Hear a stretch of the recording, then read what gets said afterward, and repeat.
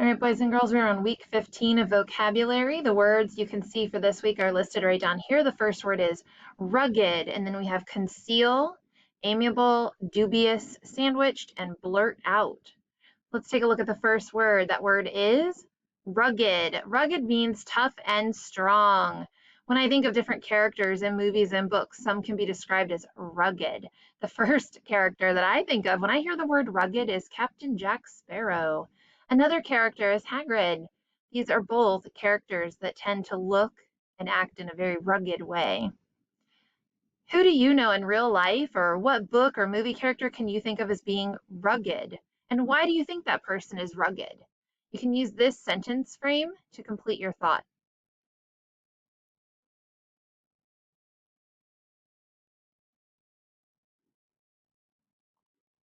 Building materials can also be described as rugged or very tough and strong. Buildings and bridges are built with rugged materials like iron, steel, concrete, and brick. Builders use these rugged materials so that structures will be strong and stay safe. Something else that can be described as rugged are different clothing materials. They can be tough and strong. Winter boots and coats are often made of rugged leather. Tough, strong leather provides protection from wet and cold weather. So we've learned that rugged has multiple meanings. It can mean tough and strong, or having a rough or uneven surface. That, when we think of that example of rugged, we're talking more like rugged land that is rocky, hilly, and not easy to travel over. Another meaning for rugged is harsh or difficult. For example, early American settlers led rugged or harsh or difficult lives.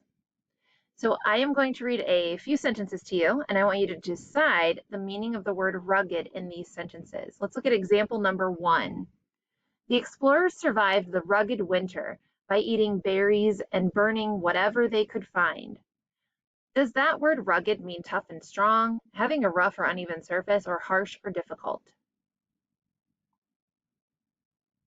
Right, in this example, it means harsh or difficult, because we could even substitute the word harsh right here. They survived the harsh winter, and we know that harsh means difficult and not easy. Let's look at the second example. Mr. Thompson's car broke down when he tried to drive over the rugged mountain road. Which example is being used in this sentence?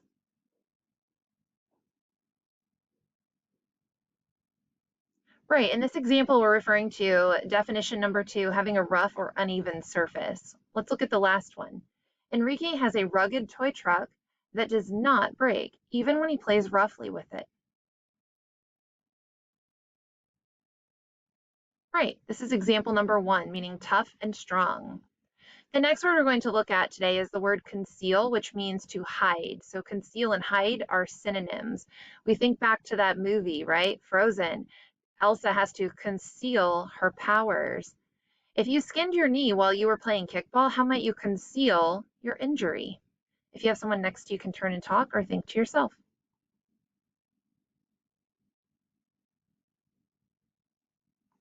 Now we're going to play a quick game called Tell Me a Story. I'm going to tell you the beginning of a story that uses the word conceal, and you are going to use your imagination to make up the ending of the story. Let's look at the first example. Abe peered around the tree and saw his friend. He quickly concealed himself behind the tree because... So how might you finish this story? What does Abe conceal, or why does Abe conceal himself behind the tree?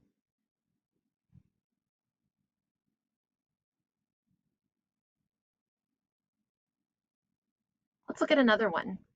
Gina broke her mother's favorite lamp. When her mother asked her what happened to the lamp, Gina concealed the truth by saying,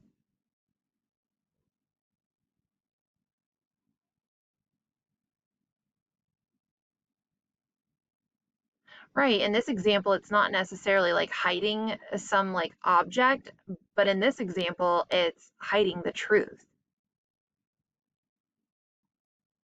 Okay, let's go on to the next word. This word is amiable. Amiable means friendly and pleasant. So friendly and pleasant are both synonyms for amiable, meaning they have similar meanings. Who is an amiable person that you know, and why would you say that person is amiable? If you have someone next to you, you can turn and talk or think to yourself. You can use this sentence frame to complete your thought.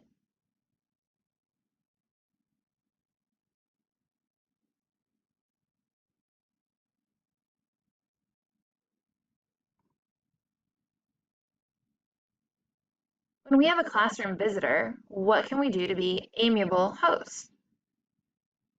Again, if you have someone next to you, you can turn and talk or think to yourself.